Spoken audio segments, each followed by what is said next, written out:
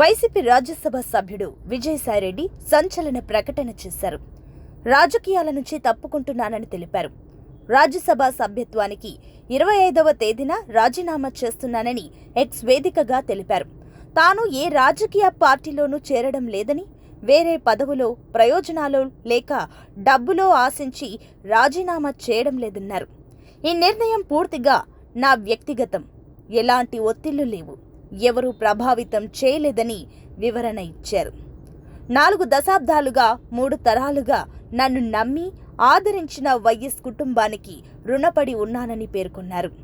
2 సార్లు రాజ్యసభ సభ్యుడిగా అవకాశమిచ్చిన జగన్కు, నన్ను ఇంతటి ఉన్నత స్థాయికి తీసుకువెళ్లిన భారతమ్మకి సదా కృతజ్ఞుడిని అని ఎక్స్ పోస్టులో వెల్లడించారు. జగన్కు మంచి జరగాలని కోరుకుంటున్నానని విజయసాయి పేర్కొన్నారు.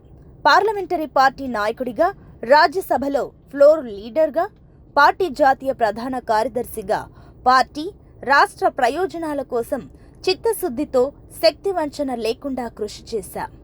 కేంద్రానికి, రాష్ట్రానికి మధ్య వారధిలా పనిచేశానని వెల్లడించారు.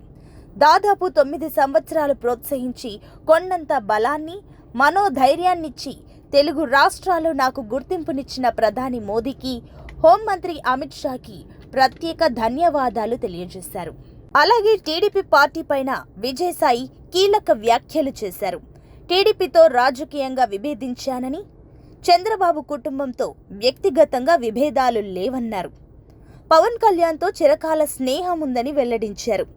నా భవిష్యత్తు వ్యవసాయం.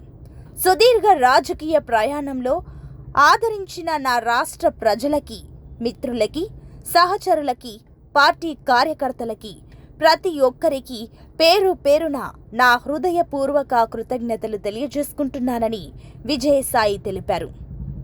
ప్రస్తుతం విజయసాయిరెడ్డి రాజీనామా అంశం ఏపీ రాజకీయాల్లో సంచలనంగా మారింది. ఆయన ఎందుకు రాజీనామా చేస్తున్నారు?